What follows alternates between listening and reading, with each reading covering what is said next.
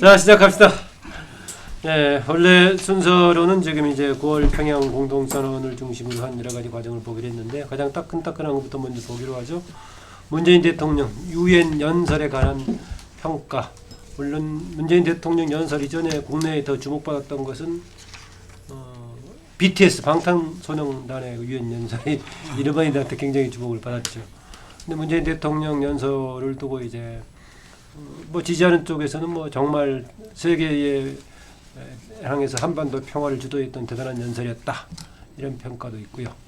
그리고 또 미국의 좀 보수 그 언론 매체들에서는 김정은의 수석 대변인이었느냐 뭐 이런 식의 평가도 있는데 이번에 내용과 그 영향력 어떻게 보십니까? 유엔에서 문재인 대통령이 했던 연설 내용 또 유엔 무대에서 그 영향력 어떻게 보십니까? 뭐 북한의 이런 노력에 세계가 화답을 해야 될 때다라는 말이 좀 예. 어이가 없었습니다. 북한이 과연 화답을 할 만큼의 한 게 뭐 있느냐. 그래서 지금 뭐 미국의 블룸버그가 한 통신에 그렇게 보도했대요. 북한의 수석 대변인이냐. 예. 그래서 일단 우리 국민들한테 종전선언이 왜 필요한가에 대해서 대통령이 진지하게 한번 설득한 적이 있냐라는 말을 저는 좀 묻고 싶고요. 예.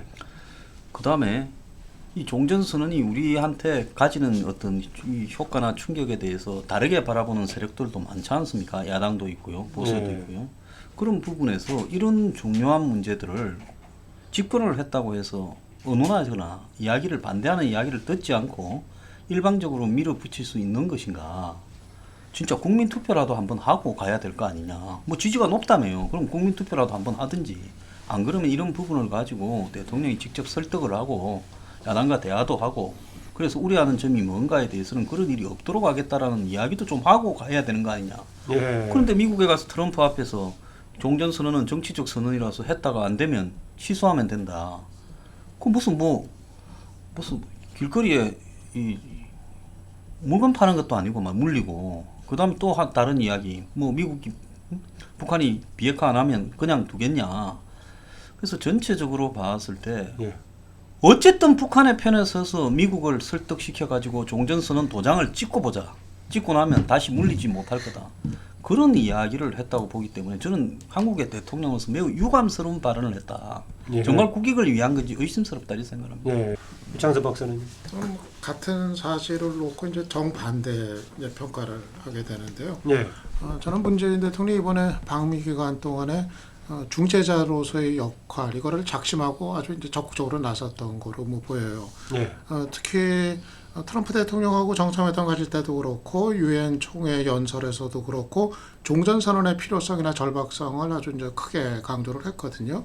이거는 그동안 북한하고 미국이 평행선을 달리던 문제, 그러니까 북이 요구를 하는데 미국이 답을 주지 않았던 문제, 이거를 이번에 미국은 물론이고 국제사회의 동의를 얻어가지고 그 접점을 이제 찾아보겠다 하는 그런 모색으로 판단이 돼요. 그래서 실제로 그 효과는 뭐 적지 않게 나타났던 거로 보이고 당장 트럼프 대통령이 전에는 일방적으로 뭐 비핵화 요구만 뭐 강조를 했다면은 이번부터는 이제 평화의 그 대화, 그래서 이제 북한이 요구하는 이 평화 체제의 문제, 이쪽에 이제 적극적인 이제 발언을 하기 시작한 거, 아마 그런 건 이제 뚜렷한 변화로 읽혀지는데, 그래서 저는 이번에 김정은 위원장의 그 비공개 메시지, 그걸 이제 문 대통령이 이제 전한 거, 그러니까는 믿어달라는 얘기, 정말. 저는 거기에 아주 솔직한 진정성이 담겨 있다고 봐요. 만약에 지금 우리가 이제 속임수로 했다가는 미국의 보복을 당할 텐데, 그거를 우리가 무슨 수로 감당하겠느냐, 믿어달라는 일종의 어떤 좀 호소 비슷한 얘기, 이런 것까지 이제 전해지고, 또 트럼프 대통령이 거기에 상당히 이제 좀 고무가 된 분위기고 있고, 그래서 저는 전반적으로 이번 문 대통령의 방미 활동을 거치면서 북미 협상이 본격적으로 재개되는 쪽으로 가닥이 잡혔고, 거기에 문재인 대통령이 상당히 의미 있는 역할을 했다. 전 그렇게 평가를 합니다. 네, 몇 가지 뭐 이제 세부적으로 좀 따져볼 것이 있긴 한데 장점을 시킬 것은 있는데, 네, 홍 소장님은요? 전체적으로 지금까지 그 중재자로서의 그 조심스러운 행보에서 은연중에 문재인 대통령의 향후 전략의 어느 정도 속내를 좀 드러냈다. 이렇게 보여져요. 네. 그래서 상당히 뭐 잘했다 못했다 그런 평가에 이전에 상당히 자신감을 갖고 있는 게 아닌가, 자신감을 갖고 적극적으로 임하는 모습으로 보여진다. 네, 그렇게 보여요. 네, 김동구 대표. 제가 볼 때는 아마 문재인이 아니라 지난 그 북미 정상회담 이후에 이 그 후속 조치와 협상들이 잘 됐으면은 유엔 연설을 김정은 위원장이 직접 할 수도 있지 않았나. 그 당시에는 그런 기대도 많았죠. 예. 그런데 그 이후에 어쨌든 교착 상태에 빠지면서 지금 문재인 대통령이 이 남북 정상회담 평양 선언을 하고 와서 유엔 총회에서 그 이야기를 했는데, 일단은 그 유엔이라면 어쨌든 국제사회의 총합이잖아요. 거기서 그 북한을 갖다가 좀 이 가장 이렇게 이 생존의 위협을 받는 남한의 대통령이 정상 국가로 봐달라. 그리고 그 지금 이 그것도 표현은 안 들어갔지만 결국은 그 북 가지고 먹고 핵 가지고 먹고 살 수가 없으니까 지금 이 막다른 어떤 길에서 뭔가 살려고 몸부림치는 거다. 예, 저는 거기에 대한 어떤 그 메시지, 그 전에 뭐 폭스TV라든지 외교협회가 이게 나가서 김정은이 한 이야기, 금방 좀 전에 유박이 이야기했지만 어쨌든 뭐 그런 부분에서 뭐 시간 끌고 속인다고 해서 될 일이냐, 거기에서 보복을 해서 자기들이 도저히 그거를 감당해낼 수 없다, 이런 이야기들이 저는 쭉 일관돼 왔다. 일관성이라는 게 상당히 저는 중요하다 봐요. 예, 작년 연말에 그 핵무력 선언을 한 이후에 신년사부터 쭉 시작해가지고 어쨌든 간에 그 핵이란 것으로서 이렇게 이 자기 어떤 이 목표를 갖다가 실현해 나갈 수는 없는 거니까, 이게 저는 방점이 찍힌 게 평양선언도 선언이지만 능라도 연설 15만 명의, 제가 생각할 때는 그 사람들이 평양에서 이렇게 최고로 그 업히는 리더들이 다 모인 거 아니겠는가라는 생각을 갖게 되더라고요. 근데 그 사람들한테 어쨌든 그런 연설의 기회를 주고 이게 그런 걸 갖다 했다는 것은 그 상상하기 어려운 그 일이었다. 그래서 일관된 진정성으로 보자면 충분히 이해할 수 있는 그 부분이다 생각이 들고요. 그리고 그 끌로 보면은 미국에서는 아까 그런데 원래 잘 되면은 김정은이 직접 가서 연설할 계기도 있었다라고 예상했다. 생각했다 이거죠. 네, 그런데 그러면 왜 안 간 거죠? 미국 정상 그 이후에 그 협상 과정이 교착 상태에 빠졌기 때문에 진전이 안 된 거죠. 네, 그래서 이제는 그런 부분들이 저는 트럼프한테도 이 트럼프가 더 뭐 시간 게임은 안 하겠다고 그랬지만 트럼프도 뭐 더 이상 이렇게 자고 우면할 시간은 없지 않느냐. 역으로 제가 시간 게임 안 하겠다고 한 게, 그래서 이 10월 달에 폼페이오의 그 방북과 이렇게 이어진 여러 가지 부분들이 그 북미 정상회담을 통해서, 그리고 또 이 중요한 게 능라도 연설보다 또 더 중요하다 할 수 있는 게 김정은이가 서울 답방을 하기로 했다는 거죠. 올해 안에. 저 그것으로서 큰 매듭이 좀 지지지 않을까 생각을 하고, 그랬을 때 국제사회에서 북이 그렇게 바라는 IMF 가입이라든지 이런 국제사회 일원으로서 뭔가 새로운 어떤 생존과 경제 발전을 해나가는 이 부분에 대해서 내가 보증을 쓰겠다는 메시지죠. 좋습니다. 김능구 대표를 비롯해서 일장선 박사도 그렇고 한데, 김정은의 최근 여러 가지 직접적인 대화라든가 협상 과정을 통해서 김정은이 믿을 수밖에 없는 그런 상황이고, 그것을 국제사회에서 신뢰감을 더해주는 역할을 이번에 문재인 대통령이 했다는 것인데, 황 소장은 그렇게 해도 함부로 해도 되는 거냐, 뭐 이런 문제 제기였죠. 저는 12월로 사실상 후퇴했다고 봐요. 또 지난해 12월 미북 회담을, 그러니까 종전선언을 목표를, 그래서 중간선거 전에 될 가능성은 제로라고 봅니다. 중간선거 이후에 논의된다. 그걸 낸다고 하면 곧바로 미국에서는 나름대로 지금 다 검증해 있기 때문에 리스트나 이런 거를 사실인가 아닌가를 다 알 거예요. 리스트를 안 내면 뭐 종전선언이 될 리가 없고, 리스트를 내면 바로 검증에 의해서 사기다라는 게 입증이 될 거란 말이에요. 그러니까 지금 나오는 이야기가 문정권 안에서도 나오는 이야기가 살라미로 잘라가 1차다 하고 리스트 내고 그리고 종전선은 그걸로 해주라. 그럼 없는 빠진 게 있다 하면 아 우리 2차에서 낼게 이런 식으로 가려고 한다라는 거죠. 잠깐만 양 소장님 아까 정선 박사가 비공개 메시지까지 포함해서 상당히 그러니까 크게 비공개 줬을 메시지가 거다. 이거라는 거죠. 제가 이야기하는 게 리스트 내겠다. 근데 뭐 언제 네, 그런데 거기 안에는 함정이 많이 있다라는 거죠. 살라미식으로 잘라서 1차, 2차, 3차 이런 식으로 내겠다. 그러니까 미국은 바보입니까? 그러니까 트럼프가 이걸 갖다가 중간 선거 전에 받게 되면 미국에서 이 논란이 되기 시작하면서 선거에 타격이 될 거니까 오히려. 선거 뒤로 무조건 미루는 거고요. 선거가 끝나고 나면 이기면 이긴 대로 진되면 진 대로 지면 이 북핵 문제에 대해서 방향에 대한 재조정이 저는 있을 거라고 봅니다. 영어로 칼리브레이트라고 이야기하죠. 그래서 리칼리브레이트 할 것이다 이렇게 보고 있고요. 그 다음에 트럼프가 2, 3년 걸려도 좋다라고 이야기한 거는 결국은 빨리 이게 될 가능성이 없다라는 부분에 대해서 트럼프도 다음 대선까지 그냥 트럼프는 솔직히 말하면 비핵화가 되든가 안 되든가 관심이 없는 사람이고 안 될 거라고 보고 있겠지만은 자신의 재선이나 정치적 입지 때문에 최대한 이 판이 안 깨지고 끌고 가 보려고는 생각하고 있겠죠. 중간선거 이후에도 재선 전략으로서 중요한 요인이라고 봅니까? 아 그렇죠. 비핵화가? 북한이 만약에 죄를 뿌린다면 트럼프는 이제 과거의 북폭이나 이런 협박으로 다시 되돌아갈 수밖에 없기 때문에 그러면 그 시간을 허비하면서 쏘간 책임을 트럼프한테 정치적으로 묻지 않겠습니까?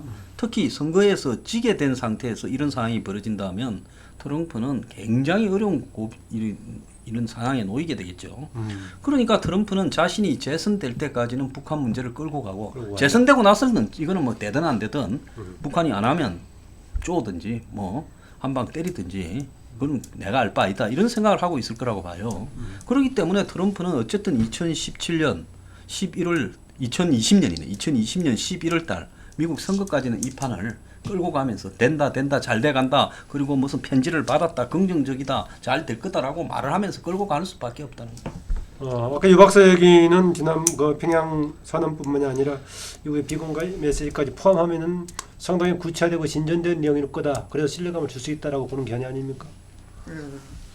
저는 2차 북미 정상회담이 미국의 선거, 그러니까 11월 6일 그 이전에 가능성이 있다. 실시될 가능성이 이루어질 가능성이 대단히 크지 않겠나. 그건 조만간 확인될 내용들이니까요. 이제 예. 내다봅니다. 아마 이번에 폼페이오가 뭐 평양 다시 이제 가기로 다시 이제 결정을 한 거. 그거가 일단은 뭐 분위기가 그쪽으로 지금 잡히는 거다. 뭐 그렇게 보면 될 것 같고요. 그래서 저는 만약 지금 2차 북미 정상회담이 열리게 된다면은 지금 일단 1차 회담에 비해서 이제 훨씬 뭐 진전된 뭐 접점의 모색 뭐 그거는 뭐 이루어질 가능성이 좀 이제 커진 거 아닌가 하는 그런 이제 판단이 되고 그거는 무엇보다도 지금 북한이 요구해온 이 평화 체제의 문제 이거에 대해서 이제 트럼프 대통령이 적극적으로 관심을 기울이기 시작하고 발언을 하기 시작했다는 거 이거는 역시 뭐 미국 정부로서도 그러한 부분과 포함해서 남북미가 같이 움직이고 있다라고 보는 거죠. 그러니까 지금 그런 거죠. 기본적으로 흐름이 지금 그렇게 가고 있다. 뭐 봐도 될 것 같아요. 그래서 그동안 교착 상태에 이제 빠져 있었던 지금 그 남북 미의 어떤 그 관계가 이제는 좀 새로운 국면으로 넘어갈 가능성이 좀 커졌다.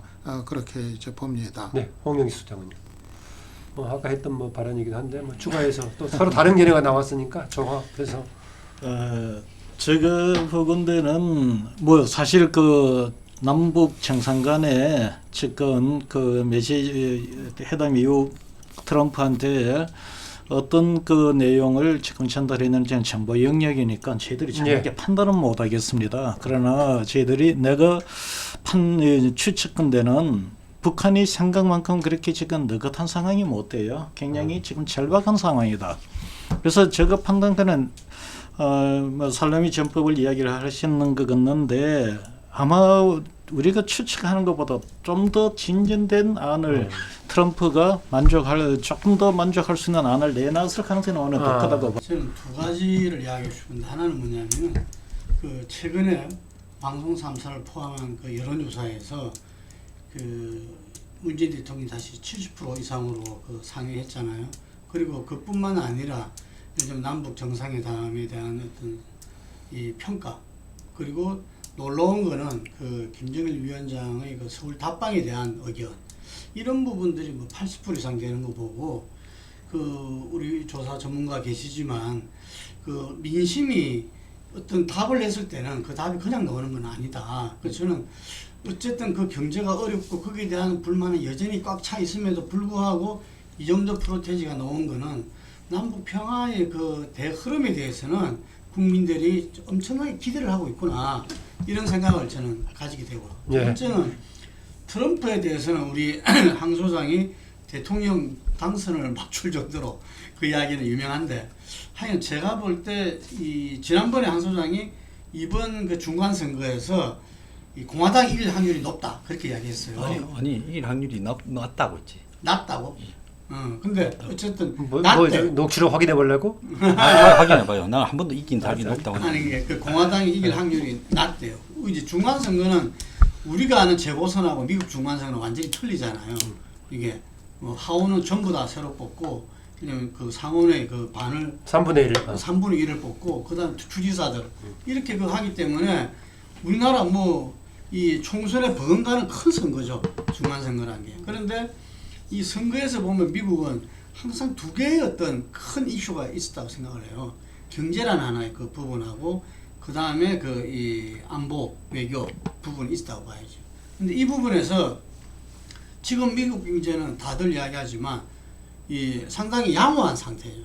양호한 상태도 트럼프 개인의 어떤 문제 때문에 대통령 지지도가 낮은 거고 그것이 공화당의 지지에 연결되고 있다는 사실이죠. 그래서 저는 이 아까 가능하면 그렇게 늦출 필요가 뭐 있겠나 그걸 할 수만 있다면은 저는 그 당연하다. 그리고 그 부분들을 갖다가 사실은 협상의 그 대가인 트럼프도 계속 조율을 해 왔는 거지. 그래서 트럼프가 자기의 중간선거와 이후를 위해서라도 중간선거에서 이 완패해버리면 이후가 어렵거든요. 미국의 선거 특성상. 그래서 이 중간선거 전에 반드시 뭔가의 이 새로운 계기를 만들 것이다. 계기를 만들 것이고 구체적으로 그 정상회담이 될 가능성이 크다라고 보네요. 그렇죠. 네. 황 소장은 뭐 별 내용이 없을 것 가지고 내봐야 손해니까 안 할 가능성이 있다라고 했는데 항상 이걸 포함해서 답변해 주세요. 아까 문재인 대통령 유엔 연설이라든가 이후에 그 행보가 국민 다수에게 좀 설득해 본다거나 또 반대 의견도 좀 뭔가 포용하는 가운데 갔어야 되는데 일방적으로 가버렸다. 아까 그렇게 얘기했죠. 아니 김정은하고 둘이서 연말이라고 하면 이런 거를 꼭 연말까지 해야 됩니까? 왜 연말을 고집해요? 아니 저는 종전선언을 하자고 그렇게 할 수도 있다고는 봐요. 왜냐하면 한국 좌파가. 그렇지만 그 연말까지 안 하면 뭔 일이 생겨서 연말까지. 문재인 대통령 3차 저기 남북 정상회담 때 여론을 유심히 보면은 재미있는 트렌드가 나옵니다. 60% 지금 70% 이야기를 하셨는데 그걸 제가 설명을 드릴게요. 19일 날 저기 그 3차 회담 합의문이라고 해요. 선언문이 발표가 됐는데 그 이전에 나온 여론조사, 그러니까 그 선언문이 나오기 전에 여론조사들은 60%입니다. 그러니까 19일 이전에 조사가 실제 그 자료 수집이 이루어졌는 조사들은 한 60%가 나오고 19일 이후 21일, 2일 이런 식으로 조사가 진행되었는 거는 70%가 나옵니다. 그래서 무슨 이야기가 하면은 합의문 발표 기준으로 볼 수 있겠지만 백두산도 들어가 있지 않겠어요? 국민들이 국민들이 영나도 연설도 있었죠. 3차 회담에 대한 기대와 3차 회담 이후에 합의문으로 나오는 내용에 대한 평가가 또 다르게 작용을 했다. 그러니까 단순한 이 3차 회담에 대한 기대로만 갔다면 뭐 한 60% 선으로 그냥 정점을 찍었을지고 그러나 합의 내용이 국민들로 봐서는 좀 더 만족스러웠기 때문에 지지율이 더 올라가지 않았느냐 요 점을 주목을 하시고 하셔야 될 거고 두 번째 연말까지 꼭 이걸 해야 될 필요가 있느냐 이 문제는 이겁니다. 이 남북 문제의 그 본질적인 문제나 그 자체로만 놓고 본다면 맞는 말이에요. 굳이 이걸 연말까지 기한을 설정해 놓고 해야 될 필요가 있겠느냐. 그러나 세상사의 일이나 정치 일정 모든 문제라는 것은 정치 세력이나 아니면 각자 개인의 이해관계에 의해서 일정이 조정이 됩니다. 그런데 지금 연말이라는 것이 3진영이 어느 정도 의견이 이해관계가 일치된다는 겁니다. 그래서 저는 뭐 구체적으로 여기 자료를 다 이야기하기는 그렇지만 북한이 지금 연말까지 더 버티기가 어려울 정도로 경제적인 조건이 쫄대로 쫄려있다는 거죠. 저희들이 어릴 때 뭐 촌에다가 물고기 잡을 때 제일 많이 쓰는 방법 중에 하나가 또랑이 물을 막아버리는 겁니다. 물을 막아버리면 물고기가 어떻게 돼요? 전부 다 그냥 죽어도 않습니다. 지금 솔직히 말해 북한이 지금 그런 형국이 북한 내부의 사정이 결국은 결단을 내릴 오래 수밖에 없다라고 끌 이제 고 수가 보고 없는 있는데, 거고 사실 문재인 대통령은 대북 문제 이 문제를 갖고 지지율을 올리지만 경제는 지금 사실상 지금 굉장히 어렵습니다. 종합적인 건 좀 이따 얘기하기로 하고 예, 어떻습니까? 좀 순서가 뒤바뀌었는데 북한 평양 방문에서 문재인 대통령의 합의문을 포함한 여러 가지 행보에 대해서 우리 그 분단사에서 새로운 기록을 세웠다라는 것도 한쪽 있는가 하면은 이거저거 놓치고 함부로 무책임하게 한 게 아니냐라는 소수의 지적도 있는데 이 부분은 유창선 박사 어떻게 봅니까? 대투산 방문에다가 능라도 5.1 경기장에서의 실분 연설 등등도 포함돼서 어떻게 보십니까? 이번에 평양 방문 성과는 예상을 좀 훨씬 뛰어넘는 거였다. 차원이었다고 이제 봐요.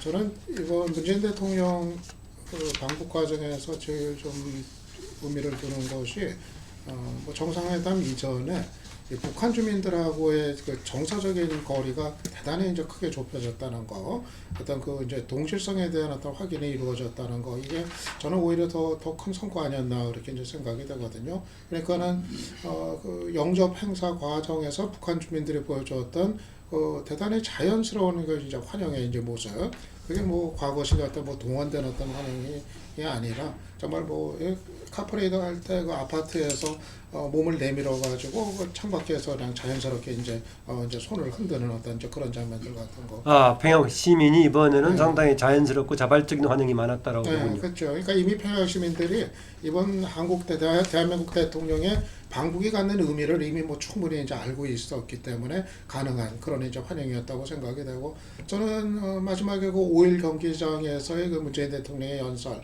그거를 들으면서 평양 시민들이 다들 기립해가지고 이제 박수를 치는 장면, 그런 것이 바로 그 자신들과 공감대를 이루고 있는 이제 모습에 대한 어떤 적극적인 화답이었다 이렇게 생각을 해요. 실제로 문재인 대통령이 그런 연설을 통해서도 여러 가지, 그러니까 북한 평양 시민들의 마음을 읽고 있는 얘기들을 많이 했거든요. 과거 이제 어려운 시기에도 자존심을 이제 지켜내면서 이제 그 해온, 이제 그런 어떤 그 평양 시민들에 대한 이제 위로 얘기라든가, 저는 이제 그런 얘기들이 이미 그 평양 시민들과 어떤 정서적인 어떤 공감대를 이렇게 형성을 하면서, 저는 그래서 앞으로 이제 논의 과정에서 우리 쪽하고 그 문재인 대통령과 평양 시민들의 이제 그 정서적 거리가 크게 좁혀진 거, 저는 그게 또 의미가 상당히 컸다 이렇게 이제 봅니다. 네, 김동우 대표.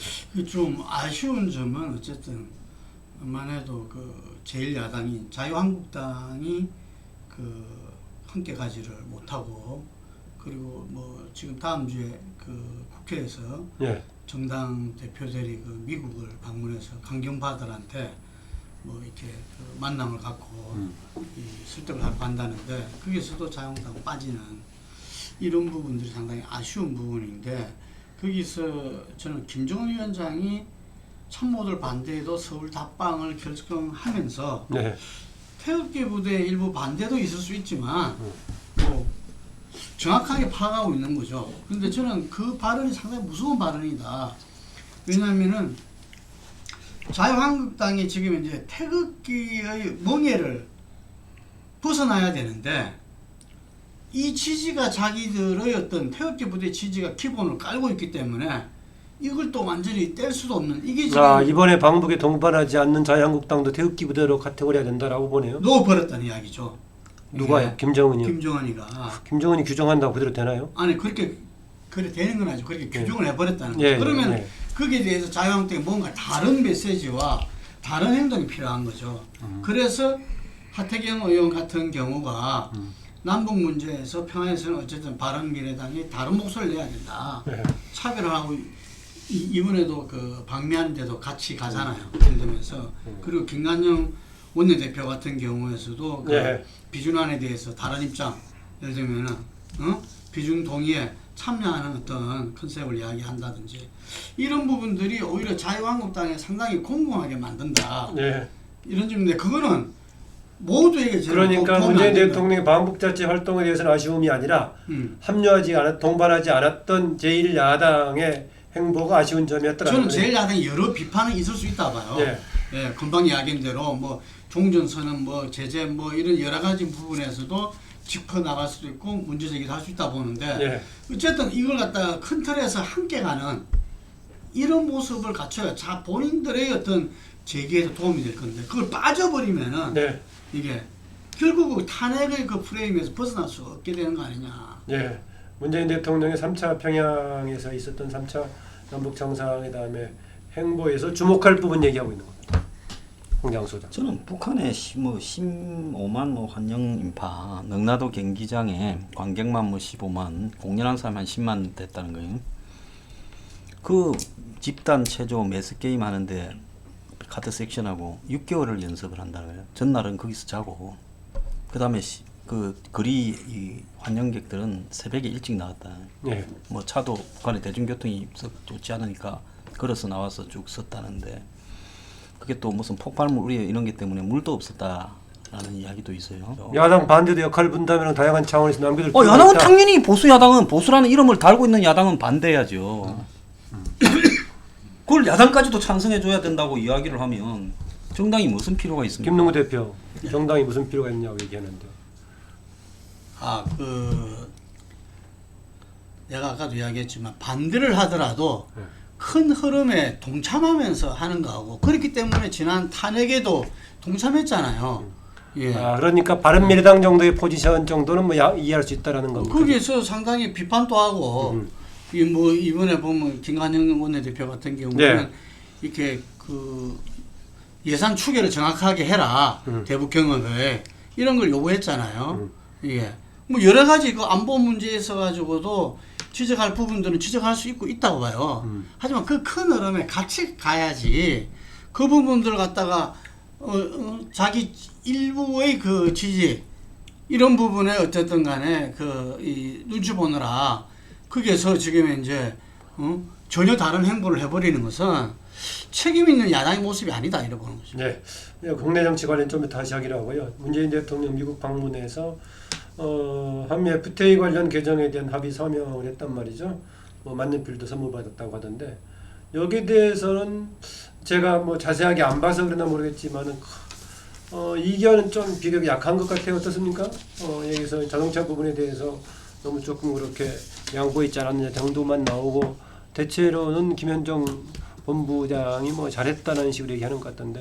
저도 뭐 자세히 들여다보지를 못해가지고 뭐 구체적인 평가를 하기엔 좀 조심스러운데요. 예. 근데 그만큼 또 쟁점이 없었다는 얘기가 될 것 같아요. 사실은 뭐 협상 과정 당초는 우리 쪽의 어떤 그 일방적인 양보 이런 거를 이제 미국이 요구할 거로 그렇게 예상을 하고 긴장들을 이제 했었는데 이번에 뭐 양쪽에서 평가 나오는 거 보면은 뭐 대체로 뭐 이렇게 그 틀 자체가 뭐 엄청나게 뭐 바뀐 것 같지는 않고 그래서 대략 이거는 뭐 전반적으로 별 뭐 이렇게 논란 없이 그냥 가는 분위기 아닌가 그렇게 이제 보이네요. 경제에 관심 많은 홍 소장 어떻습니까? 실제 이 문제가 초기에는 많이 우려가 됐던 부분이에요. 하나는 정치적으로 한미 관계에서 또 한편에서는 노무현 정부 때 이 쟁점이 굉장히 정치적 쟁점이 됐던 사안입니다.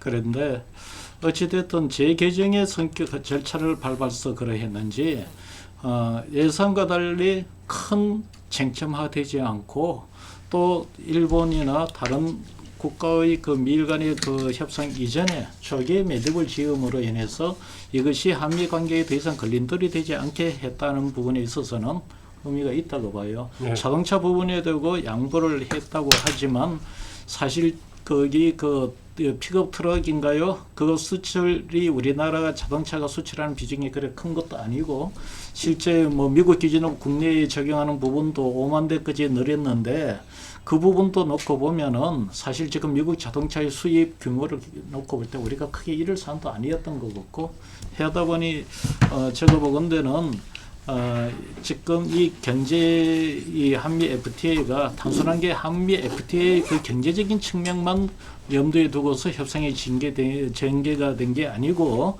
아마도 지금 남북 문제와 이런 같은 안보적인 문제까지 같이 고려돼서 좀 더 빨리 타결이 되지 않았나 이렇게 보여집니다. 네, 이번에 아주 조용히 했죠. 네. 추석 연휴에. 조용했죠. 네. 사실 정상회담하러 가는 줄 알았지 한미 FTA 서명하러 가는 줄 알았던 사람은 별로 없을 거예요. 그 미국에서 둘이 회동한 것도 서미트가 아니고 서명식에 갔다가 둘이 환담을 한 겁니다.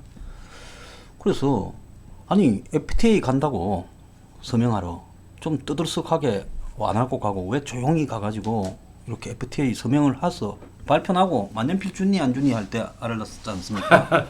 근데 지금 농업만 해도 7조 적자예요. 미국하고만요. 엄청난 적자가 농업에서 지금 이렇게 벌어지고 있고 이런데 정권이 제야 단체들을 다 장악하고 있다 보니 과거 같으면 데모하고 난리 날 사람들이 농민들 데모도 안 해요. 자, 그런데 정말 트럼프가 좋아하는 거 한번 봐요. 두 사람이 한미 FTA 파기하랬다가 좋아하잖아요. 한미 FTA라는 것은 이 제로섬 게임이잖아요. 한쪽이 저리 좋아하면 다시 고치자고 해가 자기들이 고치자 요구해서. 그래서 우리가 응해서 고쳤어요. 자, 미국 차를 한국에 팔아먹고 한국 차 미국에 가는 부분에 제한받고 이런 부분으로 하고 또 더 나아가서 농업 부분에 우리가 요구하는 부분은 관철 안 시키고 또 신약 같은 부분에는 또 미국 의도가 관철되고 그랬어요. 자, 그렇게 봤을 때 이 부분에서 이걸 비판적으로 바라보자고 하고 평가하자면 얼마든지 비판을 할 수 있는 겁니다. 그러면 거기에다 하나 조건 달아야 되는 게 명확하게 미국이 25% 무역확장법 232조는 적용하지 말아라고 나도 약속은 봐요. 트럼프가 한번 검토해봐라 이 말은 안 한다 소리지요. 자, 그럼 뭘 얻었냐? 우리가 얻은 거는 뭐냐? 만약에 비판적으로 보자면 얼마든지 비판할 소지가 있지요. 다만 비판을 한 사람들 입을 다물어서 비판이 없는 듯 보일 뿐이죠. 근데 하여간 이번에 한미 FTA 그 개정 합의는 정말 처음에는 뭐 큰일 난 것처럼 했다가 굉장히 아까 금방 이야기한 대로 우리도 그 문재인이 한미 정상 그걸 비핵화 때문에 간 걸로 생각을 했지. 네. 그 부분을 무슨 이거 개정 이게 합의가 맞나 이렇게 볼 정도로 전혀 이렇게 국내에서 이야기를 하지 않다가 그래 했던 건데 저는 그 문 대통령이 한미 FTA를 한미 동맹의 경제 영역 확대론, 경제 영역으로 한미 동맹의 경제 영역 확대되는 식으로 가자 이런 말을 했단 말이죠. 예, 그 얘기했죠. 그 말이 저는 의미심장하다. 다시 말하면 지금 미중 있던 그 무역 전쟁처럼 유리 한미 FTA가 뭐 개정을 했다 하더라도 트럼프의 이 무차별적인 통상 공세 이 부분에는 무용지물이라는 거죠. 지금 한미 FTA가 그 존재한다 하더라도 그럼 한중 경제 관계에 영향을 미칠 수 있을까요? 사드가 영향을 미치다시피? 그래서 한미 동맹으로서 예. 이 한미 간의 그 경쟁, 예. 경제 부분 이 부분도 무슨 연간해서 이렇게 중국과는 다른 이렇게 그 글쎄요. 무차별한 통상 압력을 안 받아야 된다 이런 메시지인 것 같아. 관계를 잘 해가지고 그 메시지도 뭐 그런 말했죠. 통일이 되더라도 한미 동맹은 영원하리 뭐 이런 이야기도 했지 않습니까? 그래서 그런 부분들이 상당히 겉으로는 우리가 협상을 IS도 뭐 좀 개정하고 이렇게 잘한 것처럼 이렇게 그 보이지만 잘했다고 말을 안 해요. 그 정부 당국에서 이 부분을. 그래서 저는 이 부분에 오히려 이번 한미 FTA 개정 협상 서명은 이게 그 통상 압력에는 속수무책일 수밖에 없다는 현실을 다 잘 알고 있기 때문에 그러는 거 아니냐 이렇게. 네, 김현정 본부장도 그 얘기했더라고요. 정말 그렇다면 우리가 아예 자체 파기해버릴 수 있는 것인데 그보다는 어쨌든 간에 하는 게 낫기 때문에 했다 무슨 뭐 그런 얘기 하던데. 하나만 더 하면 트럼프 대통령이 지금 뭐 김정은 위원장한테 깨지고 있다. 100% 깨지고 있다. 전 전혀 그런 거 같지를 않아요. 예. 뭐 단적인 장면 보면은 지금 김 위원장이 굉장히 지금 절박한 처지가 됐거든요. 여기서 미국하고 최종적으로 타결이 되지 않으면은 김 위원장도 방법이 없어요. 오히려 트럼프가 옵션 가지고 있다. 이미 비핵화를 하고서 경제에 집중을 하겠다. 이걸 지금 공언을 한 상태고 또 그게 아니면 지금 북한의 앞길이 없어요. 지금 이제는 뭐 더 이상 어떻게 뒤로 돌아갈 수도 없고 이제는 이걸 해결하고 앞으로 갈 수밖에 없는 그런 이제 처지고 그런 이 상황에서 오죽하면은 믿어달라는 얘기를 하겠어요. 이거는 정말 이제까지 지켜왔던 자존심을 어느 정도 버리고 이제는 그야말로 아주 절박한 호소를 하는 거거든요. 우리가 진짜 할 테니까 이거를 정말 믿어달라. 이렇게까지 나오는 거는 오히려 트럼프가 지금 위에서 사실은 열쇠를 쥐고 있기 때문에 지금 이제 그렇게 된 거지. 그렇게 보면 이거 객관적으로 보면은 누가 봐도 이거는 지금 트럼프가 협상에서 우위를 점하고서 지금 그렇게 가고 있는 거다.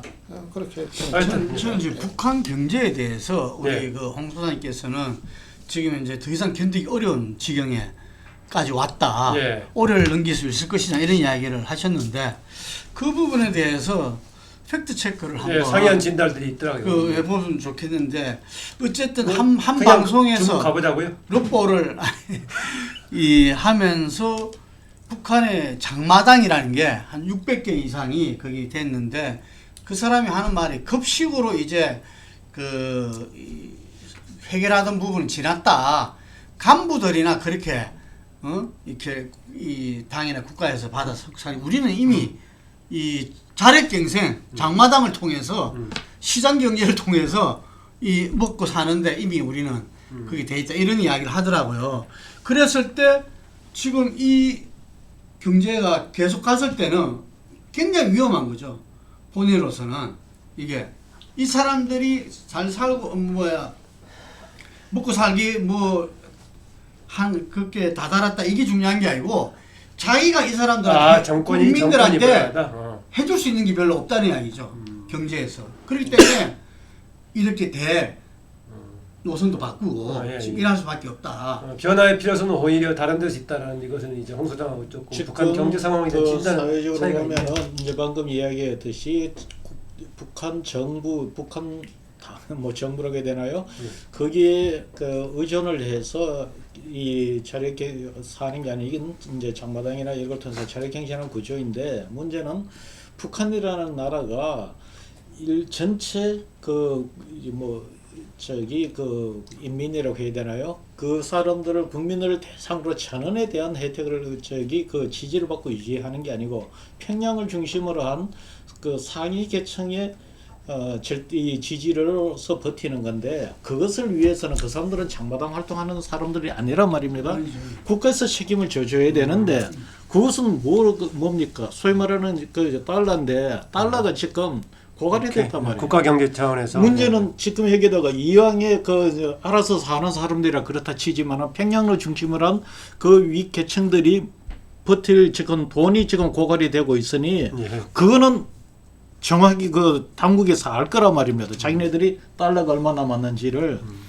그래서 제가 볼 때 그것마저 고갈이 되어버리면 북한은 진짜 어려워진다. 예, 그러니까 지금 통치 자체가 어려워진다. 홍 소장은 인민 경제하고 지금 북한이라는 국가 경제하고는 구분해서 봐야 된다는 뭐 얘기를 하고 있는 것 같습니다. 오늘 시작부터 너무 견해차가 있기 때문에요. 견해차 남겨둔 채로 나중에 시간이 지나면서 판명이 될 거니까요.